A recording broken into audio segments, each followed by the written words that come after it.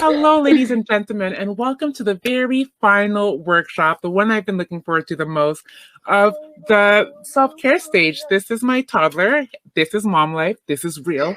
And I'm sure you guys can all relate to this, but I am so excited. If you were here yesterday for the mental health panel, we have Dr. Tanya back again, and she has the stage all to herself this time. 40 minutes of mental health talk. She's an adult and child clinical psychologist, and you can find her on Instagram as well, but I will let her take the stage because that's all I have to say. One more housekeeping rule I wanted to quickly mention: save all your questions to the end, please. That way, right after she's done her presentation, she'll actually see all of your questions. You don't want it to get lost in all the hustle and bustle because people kind of get quite wordy here within the chat.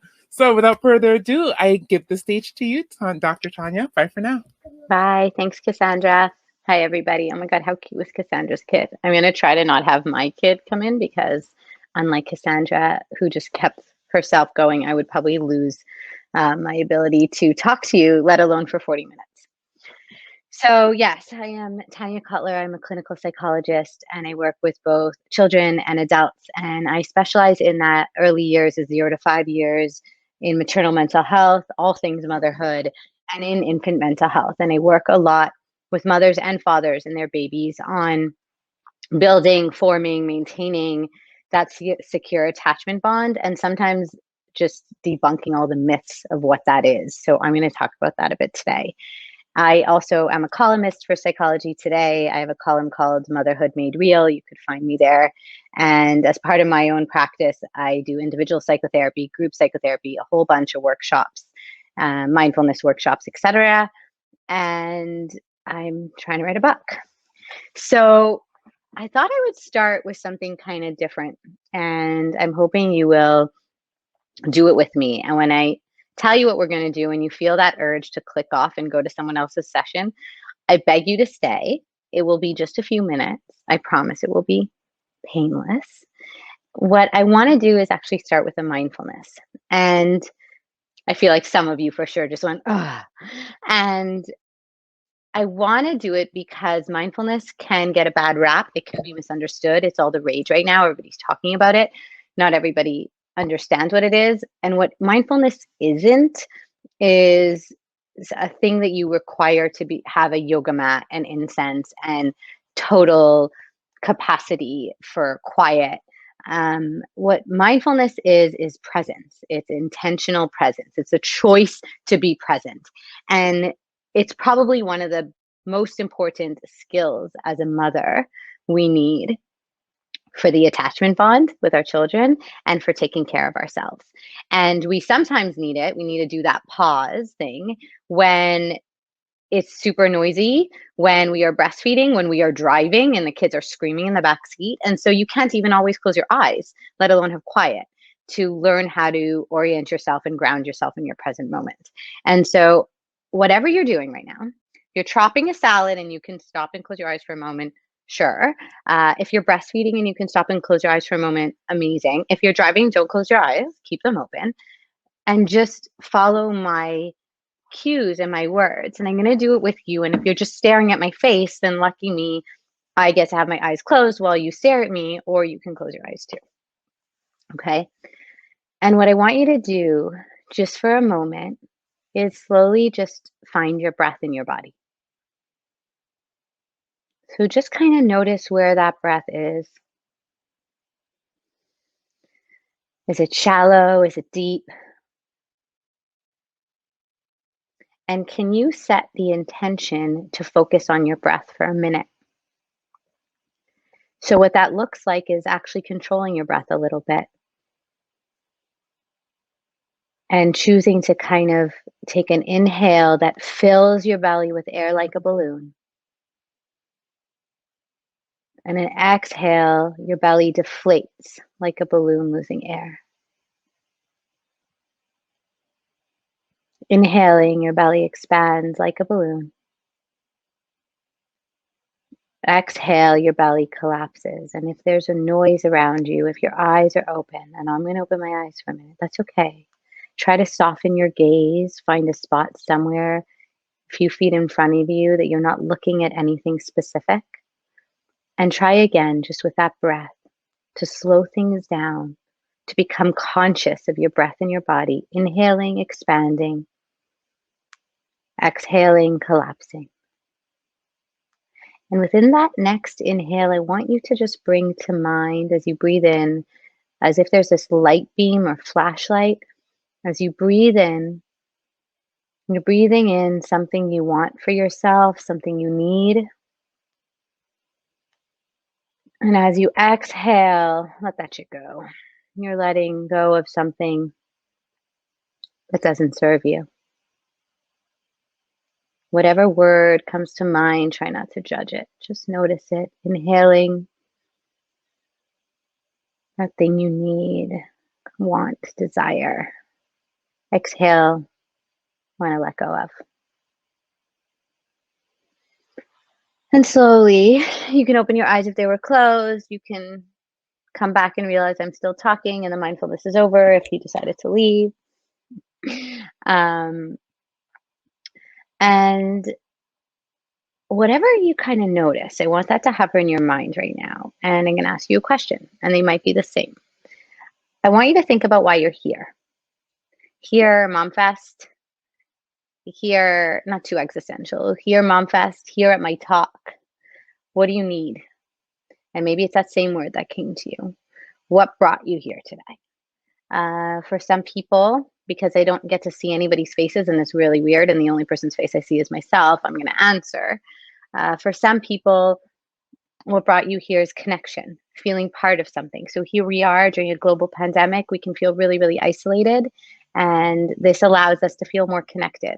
Alana sent those amazing boxes to certain people in the Halo, for example, or you're watching a speaker like me with your friend and you can talk about my blazer because it's nice and you can connect, right?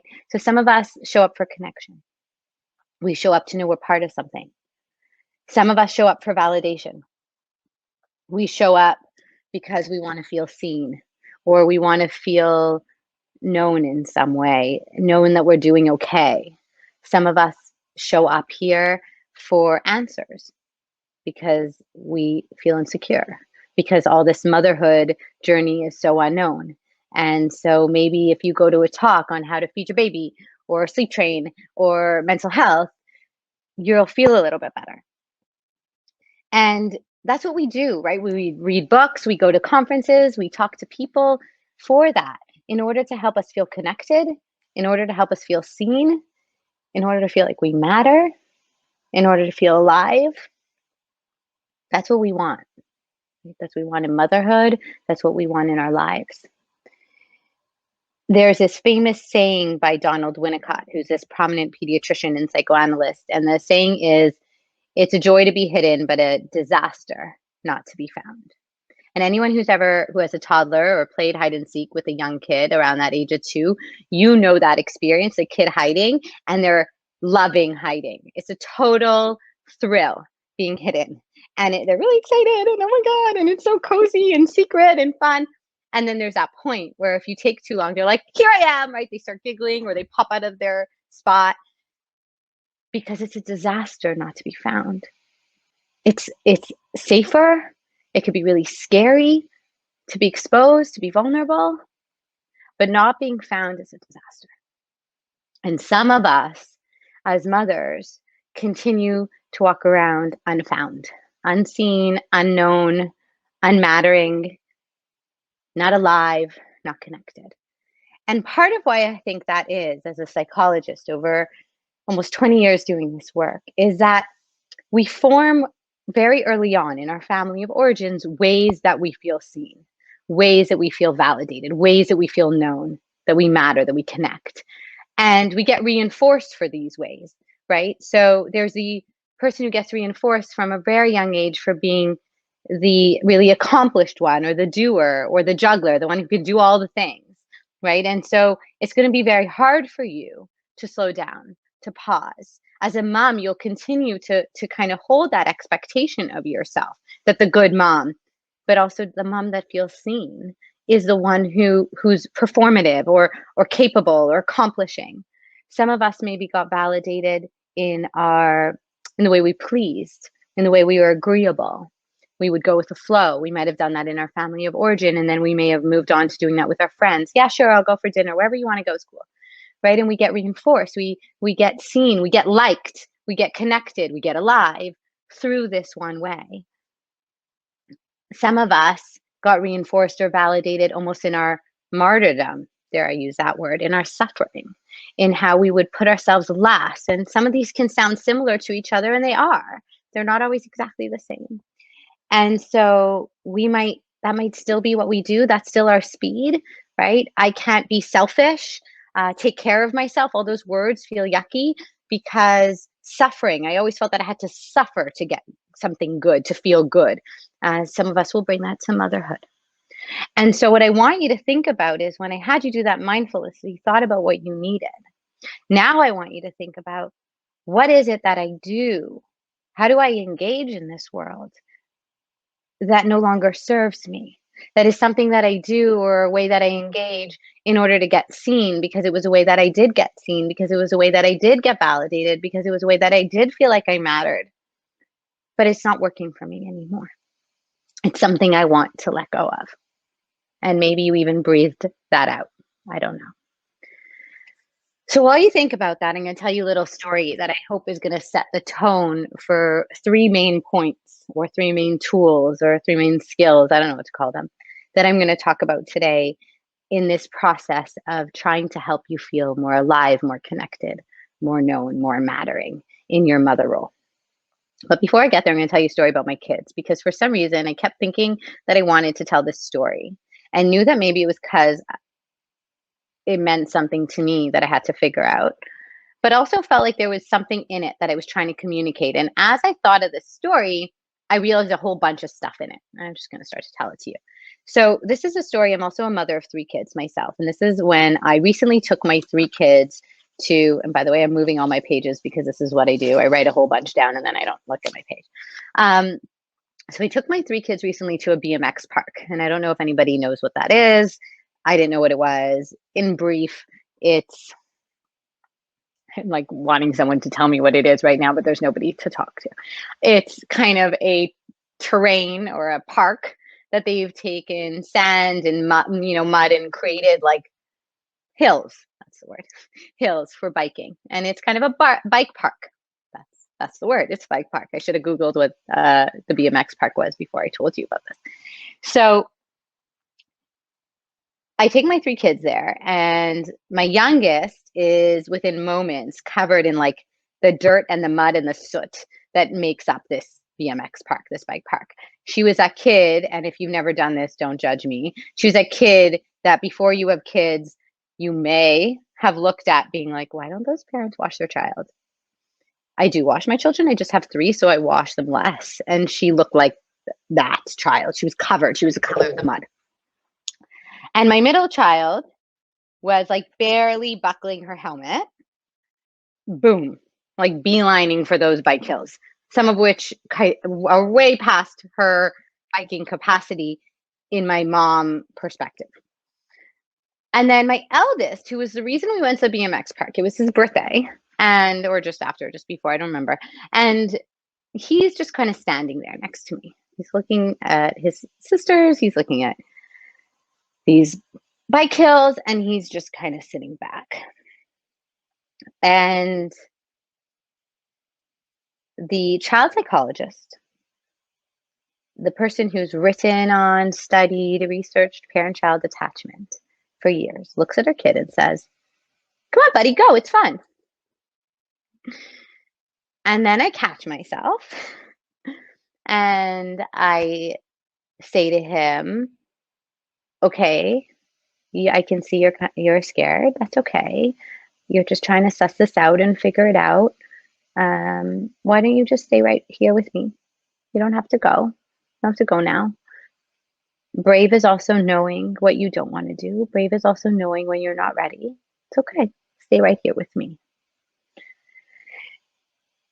What many of us don't know how to do is speak to ourselves in that way, is see ourselves in whatever way we show up in this world, in whatever way we feel in this world, as okay, You are brave. Motherhood is scary. You don't need to fill in the blanks in order to fill in the blanks. You are enough. You are brave as you are. Many of us don't speak to ourselves like that. And sometimes, quite frankly, we don't speak to our kids like that. Even if I've learned and read all the books, it wasn't my autopilot. And part of that is because we have expectations about our children. We have expectations not only what makes us good, but what's going to make them good, what's going to make them happy, what's going to make them have it easy, what's going to make them feel like they matter, what's going to make them feel connected, right? And so some of you, as I was telling this story, might have had reactions to my children, and that's okay. You can have your reactions and your thoughts because that's what we do, right? And so you might have thought like, oh, she's so cute, the little kid who's so dirty, maybe. Or, oh, she's so dirty, she should wash her kid. You might have had reactions to, oh my God, how brave, that middle child. Or maybe, ah, he's feeling scared. Or, oh, she should push him. It's important for him to get over his fear.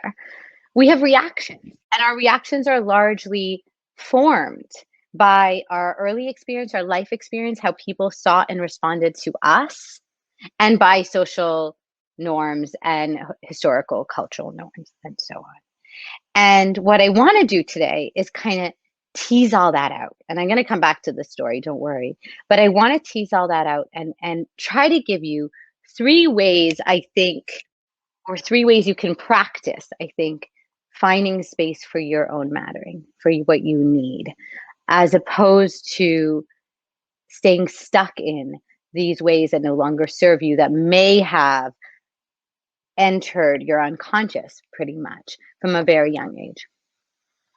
So the first one is self-compassion over guilt. And for anybody who came to the panel yesterday, there was a panel, myself and Dr. Bev Young and Erica DeJosa. If you came yesterday, some of this will be repetitive. Please bear with me for anyone who didn't. I won't get into it too much. But the first one is self-compassion over guilt. Guilt is a feeling we feel when we feel like we're not in line with the way we're supposed to be, with what we expect of ourselves, part of what we talked about a little earlier, or what we think other people expect of us. And so we feel guilt. If we're feeling something we think we're not supposed to feel, and sometimes in motherhood, it's very diffuse what that is, what we're supposed to feel. We think we're supposed to be able to feel bliss, or we think we're supposed to feel suffering, to that martyr example. Or we think we're supposed to be all capable. We think we're supposed to be teaching Mandarin with a baby on the hip while like making a 7-layer lasagna, whatever that is. And so we feel guilt. We feel the secondary emotion, which is guilt, which is a feeling about a feeling, which is a judgment about ourselves because of some preconceived notion. And what guilt does is it actually shuts off or becomes an obstacle to us paying attention to whatever it is we're really feeling or we're really needing, right? So if my son felt badly, embarrassed, guilty in a young form, that he wasn't biking, the expectation was that he should. Had I pushed him, because I almost did, his original feeling of fear, anxiety, maybe just tentativeness and observing what is going on would have been shot. He wouldn't have got to pay attention to that feeling. But there's so much wisdom in that feeling, right? And that feeling is, with self-compassion, is the place to figure out, what do I need? What can I do, right? So in that place of, for my son, in that BMX park moment, okay, you're not so sure, you can stay here with me. He was able to figure out, to stay present, to stay next to me, that what he needed was just to watch for a while, which is very much who he is. What he needed was just to observe and see how people go up and down and what they do and how they pace themselves. And he needed time, right? And so as mothers, if we have moments where we feel angry and we get really overwhelmed and we lash out at our children, and then we feel guilty for being angry. I shouldn't have lashed out. I can't believe I lashed out. I'm not supposed to be angry. Instead of paying attention to, okay, why did I get angry? Oh my God, because I actually haven't eaten since 8 a.m. this morning. Because at 10 a.m. this morning, I was supposed to have a meeting, but then the school called me that my kid was sick, and so on and so forth. We start realizing how much of a day maybe we've gone without focusing on our own needs. We haven't eaten, we haven't drank. Maybe we need some help. Maybe we need to ask somebody for help. So when we allow in self-compassion, I feel this and that's okay. I did this and that's okay. These are my limitations and that's okay. This is who I am. When we do that, we're able to let in what we might need. We're able to ask for help. There's wisdom in our feelings.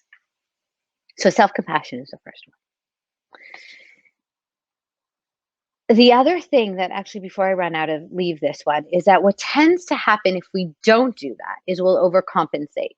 So if we feel guilty, we can get ourselves in a rat race a little bit. If we feel like we're not doing enough or we don't like what we did just now, we'll actually work even harder, right?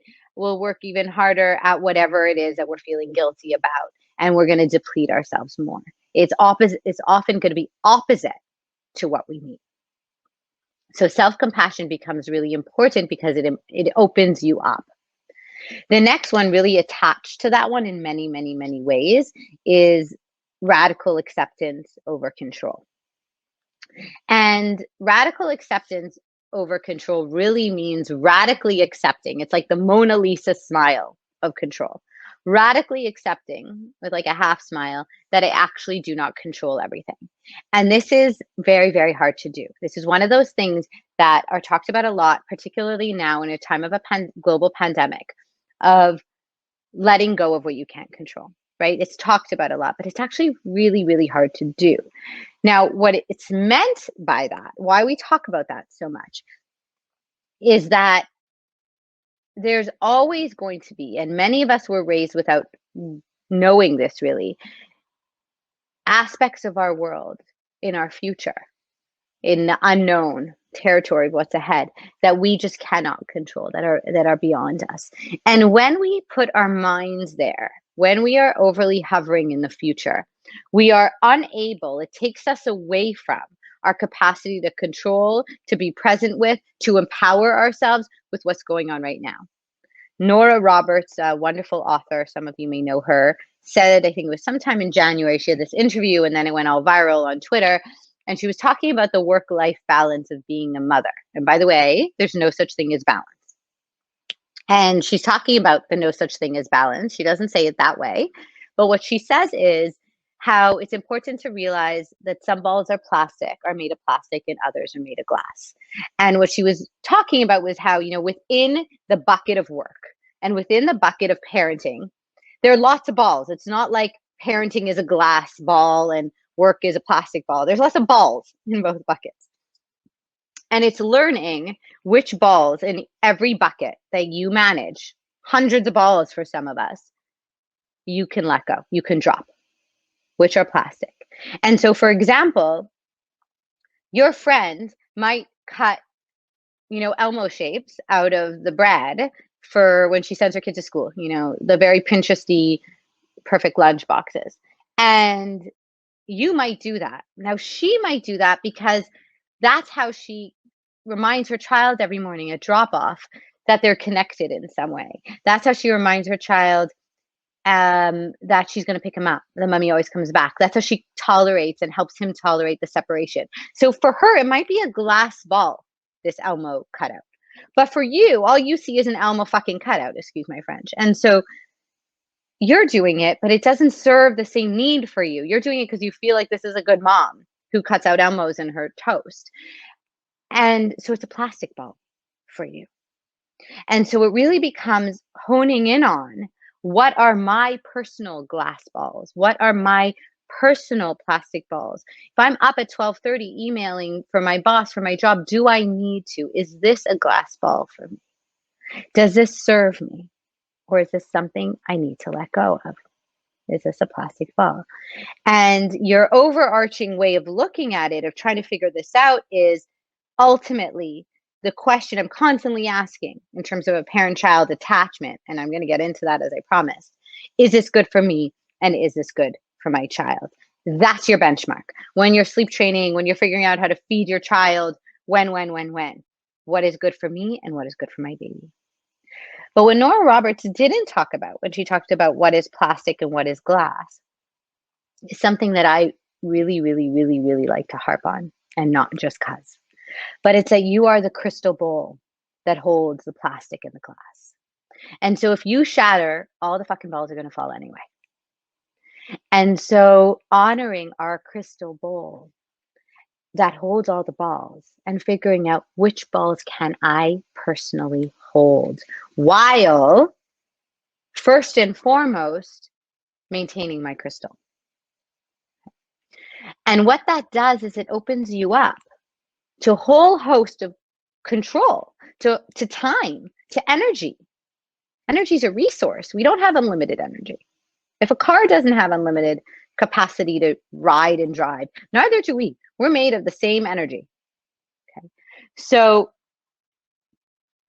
what do I have the capacity to control? What do I need to let go of to open me up to what I can control?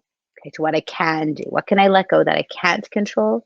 And what can I control? So if we think about the pandemic, being afraid, how long is this going to go on for? Am I going to be able to socialize? Is my kid going to have interactions with other children? A lot of the unknown questions. If we shift our attention to our present moment, to our glass balls, to what matters, to what do I need, to what can I control, it's going to range from things like, okay, I'm going to wear a mask. My kid's going to wear a mask. I'm going to take my kids to the park in a mask and sanitize their hands. What can I do? What can I control? I'm going to take my kid on a distant walk. I'm going to get outdoors with my kid every day on a distant walk and point out the squirrels and the other children. What can I do? So when we move our head away from all the things we can't, we actually give ourselves space to figure out what we can. And we end up feeling way more in control than when we're trying to control the hypotheticals. The last one is consistency over constancy. And this is where the parent-child attachment part comes in. So everybody always wants to know, how do I create a good attachment bond with my child? What do I need to do? And one of the main reasons parents and mothers struggle to take care of themselves is because of this hovering question of, is it good for my kid? And so yes, it's good for your kid when you treat yourself like a crystal bowl. Why? Because ultimately, what the parent-child attachment bond is based on is not singular behaviors, is not your constant availability. It's your consistent availability and your consistent repair of mistakes. And I'll back up. So what children form between the ages of 0 and 4 is largely a representation, like a script, a working model, a model of the relationship, their relationship with you. You form the same working model or script of your relationship with your parents. And what that model has built into it is an overall extraction. So not one-time experiences, overall extraction or representation of how I feel seen and known, what I do that feels seen and known, and how I can trust the other person to be sensitively available to me as a separate person, as a separate mind. So it's kind of like when you go to a restaurant and you have a script and I sit down and the waiter comes to me, asks me what I want to order, and then I order, and he brings me my steak, and then I ask for the bill, and then I pay my bill, and then I go. And at one point you ate your steak, I forgot that part. And sometimes you'll go to a restaurant and they'll bring you your fish instead of a steak, and they screw up. Or you're waiting like 25 minutes and it's cold. Or you're so deep in conversation with your friend that you forget to pay. I'm not saying I've ever done that, but maybe. How you hold overall representation, a script of a restaurant experience, of a restaurant relationship between yourself and the maitre d', is from an extraction of all your experiences of restaurants. It's not from one experience. And if there's repair in that experience, if the waiter, oh my God, I'm so sorry, the kitchen's so backed up, I'll take the steak off your bill. You run back in, I'm so sorry, I was talking to my friend, I can't believe I didn't pay. If those moments are repaired, those mistakes, they just go in the category, the bucket of human error, and we forgive them quite quickly. And our overall representation doesn't change. Now, this relationship is it's the most important relationship. And so more than ever, there's space for human failure, for human mistakes. and there's space for repair. What our children need is to feel seen and known. And when we make mistakes and we own up to them, I'm sorry, mommy was just angry. We teach them that we are crystal and they are glass. We teach them that we have feelings and they have feelings, and sometimes our feelings are different.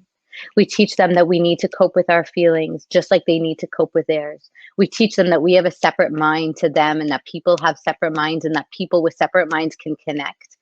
We teach them that negative feelings don't make you bad or not bad in and of themselves. We teach them that coping with feelings is not fixing or erasing feelings, like with my son. Be brave, don't be scared. They just are what they are. We teach them that negative feelings are not destructive.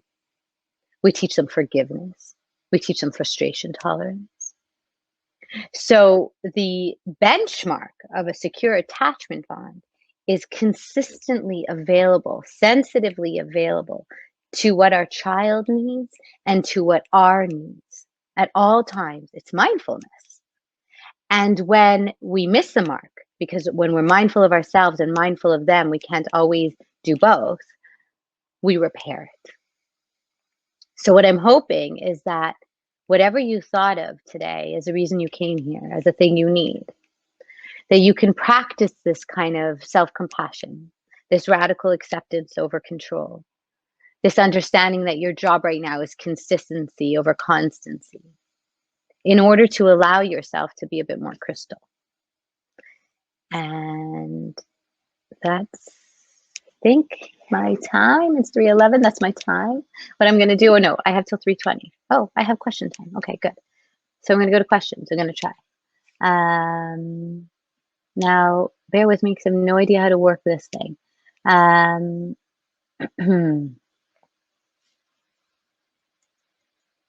So I might tell you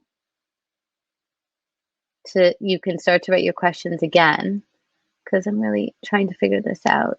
Hi, Dr. Tanya Cutler, Lana. Okay, I figured it out. Okay, I figured it out. Okay, I see where to go. This is hard for me. This is me doing hard things right now. And I'm trying to see if there's any questions. A park with ramps. Thanks, Osana. So far, I've seen comments, but I've not seen questions. So if you have questions, and I love your comments, you can start to type me your questions. Thank you all for such beautiful commentary. I'm so happy it's resonating. And I'm like sitting here in like the awkward quiet trying to read it all. I'm trying to see if there's any questions. Okay, I see a question. Thank you. Okay, how do I recommend bringing yourself into the moment in a difficult situation when meditation is not an option? Okay, so you can all see who writes questions. So I'm not calling you out, Vanessa, when I say, Vanessa, meditation is always an option. And bear with me and I'll explain what I mean. At the beginning of this session, if you were here, I know sometimes people pop in at different times. I started with a mindfulness. And part of the things that I really wanted to highlight is that mindfulness, not meditation, meditation's a bit different, but mindfulness is always an option, because you don't need to close your eyes. You don't need to have silence or yoga mats or Zen music playing or oming or chanting or whatever, and not knocking any of that, but you don't need it. What mindfulness really means is simply presence into this moment with intention, focusing our attention, our greatest resource that we have, on something with intent. So, for example, all my 3 children are screaming at once. I want macaroni and cheese. I want chicken. Keep holding my hair. This is my daily occurrence in my household, and it might happen in yours. And they're all effing yelling, and I can't, right? And I my head is buzzing, and I don't even know what anybody wants, and I can't hear anybody, right? And I know I need to pause. So what do? I don't close my eyes. I have like children running everywhere, but I find something to ground myself. I focus my attention with intent on something that will calm me. So that could mean, flowers. If you're somebody whose scent helps you, or aromatherapy, smelling something for a moment, taking a deep inhale and exhale. Ideally, breath is going to help you. So it's in breath and a longer exhale. Sometimes, I talked about this yesterday, if you came, and if you didn't, running your hands under cold water or putting an ice cube in your hands.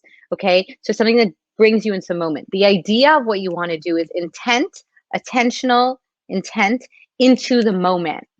So into where I am, ground myself in my moment with any of my senses, be it smell, be it sight, be it sound. So turning on the music, something that will calm you, music that you like.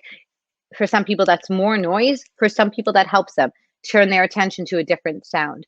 So it's really about finding a way. If it's possible, move yourself out of the situation. If you can, if all your children are safe, if your children are old enough, if your kid isn't an exerciser, remember, consistency over constancy. You don't have to stay. You don't have to be always available.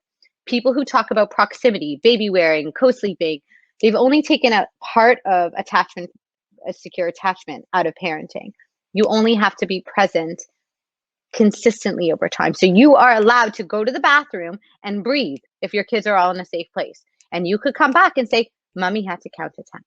You're setting an example of coping. Yeah, see that? I said, need a break, and I locked myself in the bathroom. Totally. Your kid is safe.